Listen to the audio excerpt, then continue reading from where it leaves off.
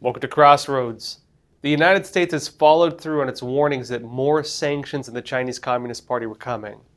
Now, last Friday, it imposed sanctions on nearly 400 entities and individuals, including many in China. And this is because of their support for Russia's war in Ukraine. Now, look, this comes after NATO determined the CCP is the decisive enabler in Russia's ability to keep the war going. And now, rather than back off its support for Russia, the Chinese Communist Party is going the other way, and they're actually doubling down, meaning they're probably going to get sanctioned even more. Now, first off, on these sweeping sanctions, the United States has targeted nearly 400 individuals and entities, both within Russia and outside, including in Europe, Asia, and the Middle East, whose products and services enable Russia to sustain its war effort and evade sanctions. Now, it notes that these include PRC-based suppliers, that's in China, to Russia's military-industrial base that, according to the Treasury, operated in the technology sector of the Russian economy. Now, the State Department in its announcement specifically pointed out the Chinese Communist Party, and it said these designations aim to disrupt sanction evasion and target entities in multiple third countries, including the People's Republic of China. The State Department also said that we remain concerned by the magnitude of dual-use goods exports from PRC to Russia. Dual use, of course, meaning that you can use them for one thing, for example, maybe computers or normal consumer goods, but you can use them for something else, in this case, the Russian military. And so, while they may not be shipping guns and bombs directly, they appear to be shipping things that can be used for the Russian military, and apparently for that purpose. Now, they note as well that imports in the PRC are filling critical gaps in Russia's defense production cycle, thereby enabling it to produce weapons, ramp up defense production, and bolster its military-industrial base. Now, in response to these sanctions, the Ministry of Commerce in China said, according to AP, that China urges the U.S. to immediately stop its wrong practices and will take necessary measures to resolutely safeguard the legitimate rights and interests of Chinese companies. Meaning the Chinese Communist Party, rather than backing down off of this, rather than maybe not supplying the things Russia needs to keep the war going, they're doubling down on their end and may even do something to punish the United States, it seems, right? Given the situation, it's more than likely we'll watch this continue to expand. This is very likely not the end of these sanctions. On the current trend, it's very likely it's going to keep growing. Now, among the hundreds targeted in the sanctions, there are 42 Chinese companies. And it's also possible this could still expand, not just from U.S. sanctions, but even proposed sanctions by NATO allies in Europe. Because remember, when again NATO determined that the Chinese Communist Party was the key enabler of Russia's ability to keep the war going, NATO allies, of course, to the U.S. and Europe, they were also talking about sanctioning the Chinese Communist Party. There was even discussion, notably, going after the Chinese banks. Now, the big question is whether the Chinese Communist Party decides to back off, whether it decides to maybe stop playing this role within the war. It seems that as of now, the Chinese Communist Party is moving the other way.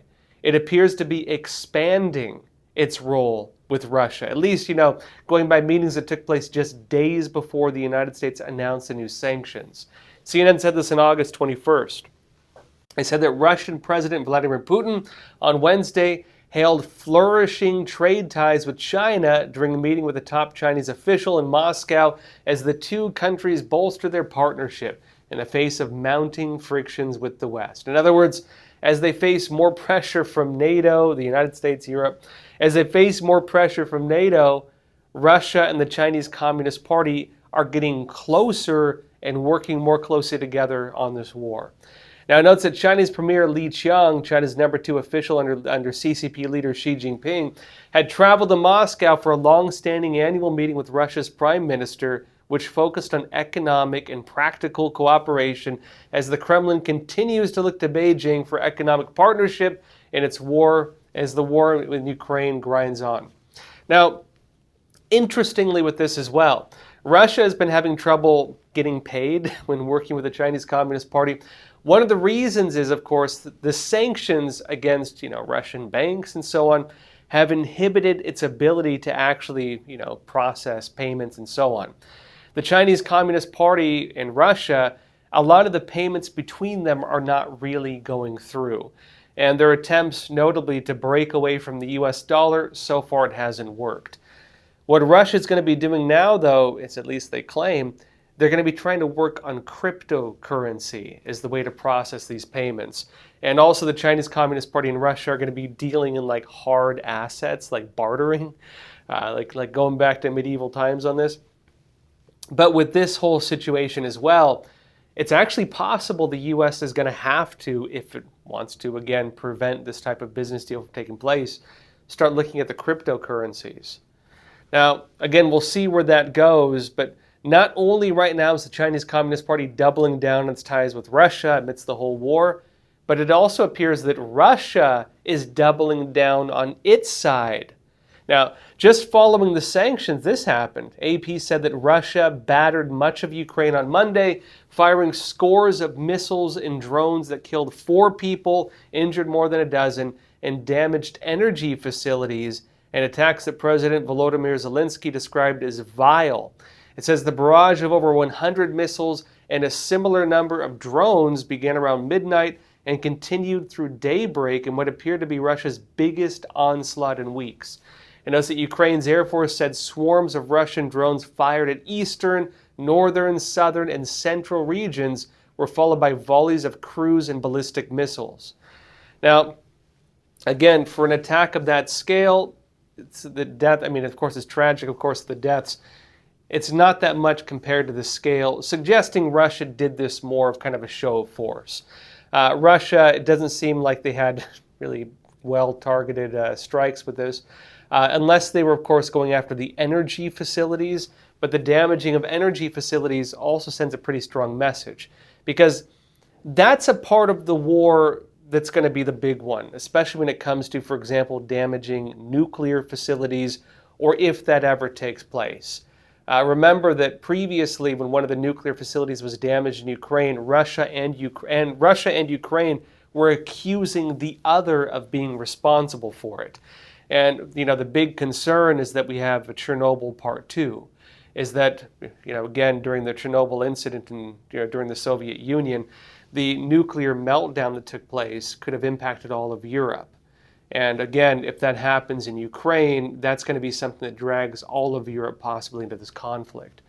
Now, remember also, the war ties in with the broader picture of conflicts and threats the Chinese Communist Party is getting behind, not just with Russia.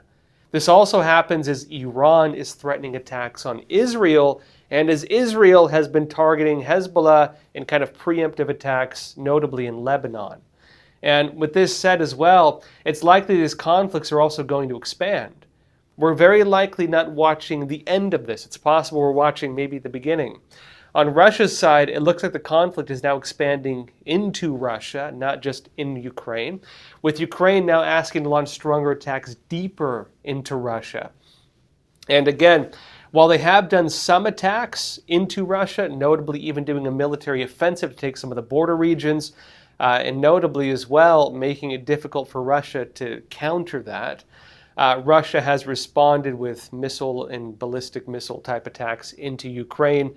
Ukraine wants to do the same thing right back to Russia now.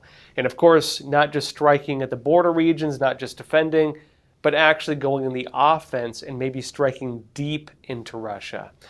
Now, on that note as well, with Israel, it looks like Hezbollah could start waging a larger terror war, and it's also possible that Iran could get deeper into the conflict as well. Iran might get pulled into this because, well, they're threatening it right now. And this is also going to likely mean that the United States and European sanctions against the Chinese Communist Party, allied both with Russia and Iran, and of course North Korea also making threats right now, these sanctions are very likely going to expand. And this will also certainly very much accelerate an economic decoupling now taking place from China. Now, with that economic decoupling growing, this could have a serious impact on the Chinese economy in and of itself overall. And U.S. businesses are already on their way out of China. Now, I'll be talking more about this after we come back from a quick break. Experts agree. One of the best ways to protect against financial uncertainty is to diversify your portfolio. Learn how physical gold and silver can secure your retirement funds from today's economic challenges with a gold IRA from American Hartford Gold. You can safeguard your wealth with no penalties or taxes when you transfer your current qualifying retirement accounts. Call now and our precious metals specialists will send you a free information kit, no cost or obligation. American Hartford Gold, a trusted industry leader with an A+ from the Better Business Bureau, has a 5-star rating from thousands of happy clients. Whether you are getting physical precious metals in a gold IRA or delivered to your doorstep, we offer only the highest quality gold and silver. For your peace of mind, we also offer a no-fee buyback commitment, a low-price guarantee, along with free shipping and free insurance. So don't wait. Call the number on your screen today and secure your financial future.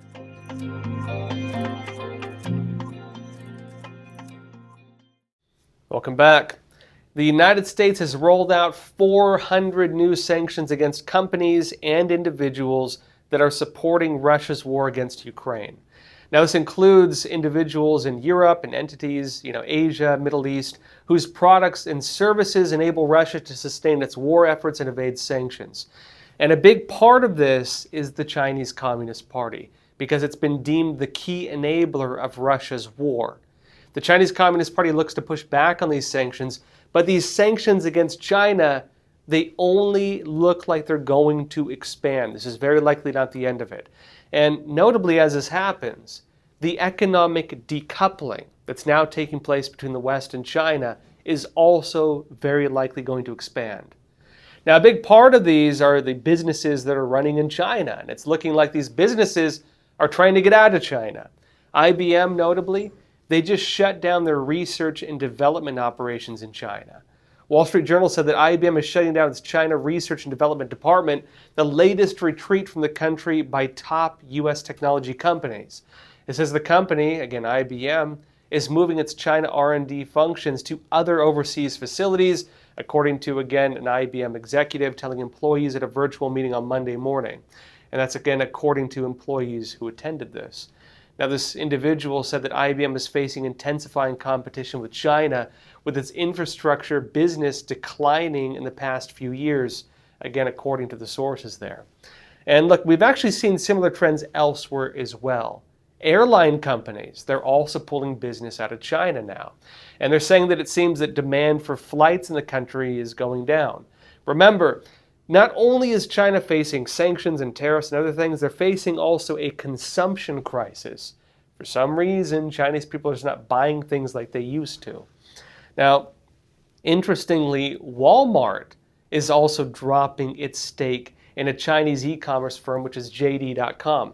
And that's important because that deal that Walmart had with JD.com, that was originally regarded as being the foundation of Walmart's strategy in China. Reuters said this. They said now it is tearing up that playbook by unloading its entire $3.74 billion stake in one of China's biggest online retailers, in another example of the volatile nature of its relationship with China. It says the unshackling from JD.com is emblematic of the broader strategic withdrawal of the world's largest retailer from the market, where profitability has proven elusive. In other words, these companies are not making money like they used to in China. It's not even aside from the conflicts, it's just not financially feasible for some of them to continue operating there. They know that several Western firms, including Walmart, are increasingly shifting investments and sourcing away from China to other developing countries. And interestingly, despite China's claims of economic growth, it's still considered a developing country. And it's moving business notably to India, Pakistan, Bangladesh to improve their supply chain resilience. Meaning that, again, if you want to operate in China and the Chinese Communist Party starts restricting key materials or iron or rare earth minerals, or maybe shuts down trade entirely because they do a new lockdown, well, that means your supply chain gets hit. And they're deeming now that it's just too risky being there given the current state, but also just because the consumption is not the same as it used to be. Now, interestingly, we're watching similar trends happening not just even at the business level, not even with airlines, but even with private equity firms, some of the biggest financial companies. Financial Times said this: They said most of the world's biggest private equity firms, including Blackstone, KKR, and Carlyle, have put the brakes on deals in China this year as geopolitical tensions rise and Beijing exerts tighter controls over business. They're being squeezed from both sides. International conflicts, tariffs, sanctions, and then Chinese Communist Party pushing back on that and going against the businesses all caught in the middle. And these businesses, these equity firms, everyone else, they're getting squeezed and they're pulling out. Now, notice the figures underscore how quickly overseas investors' enthusiasm for China, once a hot market, has waned in recent years. And notice the same 10 firms collectively made 30 investments in the country as recently as 2021 and similar numbers in earlier years, but the numbers have fallen every year since then. And notice that this year, 7 of the 10 have made no new investments at all, the figures from Dealogic show. Now, notice as well that for much of the past decade, firms rushed to gain exposure to a large and fast-growing market, right? China. And it was, of course, they were buying stakes in Chinese companies that could later list in the U.S., and the idea was they net their investors a large windfall, it says. But since the ride-hailing app Didi, which is again kind of like China's version of Uber, troubled New York initial public offering in 2021, Beijing has cracked down on overseas listings, leaving investors with fewer ways to cash out. In other words, the CCP is doing things that, even aside again from the trade wars and everything else, the Chinese Communist Party is taking actions on its side that make it so that investors who get their money in China can't necessarily get their money out of China. And remember, even for some Chinese citizens, they're facing this problem. When you had runs on the bank and they couldn't get their money out, it's not just Chinese citizens, it's anybody operating in China at this point. Now, they note that China's slowing growth has deterred investors, as have planned U.S. restrictions on private equity investment in some Chinese technology, because the CCP is also putting regulations on that as well. Now, with the current economic problems the Chinese Communist Party is facing, even Chinese companies are having a hard time in China. Even PDD Holdings, tied with the Temu e-commerce site, even they're facing trouble. I'll be talking more about how these Chinese companies are now struggling only on EpochTV.com. So if you're watching on YouTube, Facebook, X, Rumble, there's a link in the description below. Click on that. You'll get access to the rest of this episode, our whole library of shows, and also our hard-hitting documentaries on issues that matter, like the Chinese Communist Party's 100-year plan to defeat America. The CCP is one of the biggest threats to this country. They're using things like propaganda, video games, entertainment, movies, culture to subvert and influence the next generation. And this unrestricted war against our country is one of the scariest but least understood issues of our time, because it's not tangible. It's being done through soft power and ideological subversion. Now, if you'd like to find out more about what the CCP is plotting against America, watch my documentary, The Final War. This is the final war, the 100-year plot to defeat America. You can find the link in the description below, and I'll show you all the trailer before we go exclusively to EpochTV.com for the rest of this episode. I'll see you there. The greatest threat facing the United States is the CCP. The Epoch Times investigation team had studied the CCP for years, but what we uncovered was yielding evidence beyond our imagination. With Chairman Mao, with the Prime Minister, our talks have been characterized by frankness. The Clinton administration said, "Oh, don't worry about it. This will be a poison pill for China." China's strategic goal is to make sure that the U.S. has 4 enemies, and one of them must be a terrorist group. We are giving of our life's blood so that the Chinese Communist Party can survive and thrive.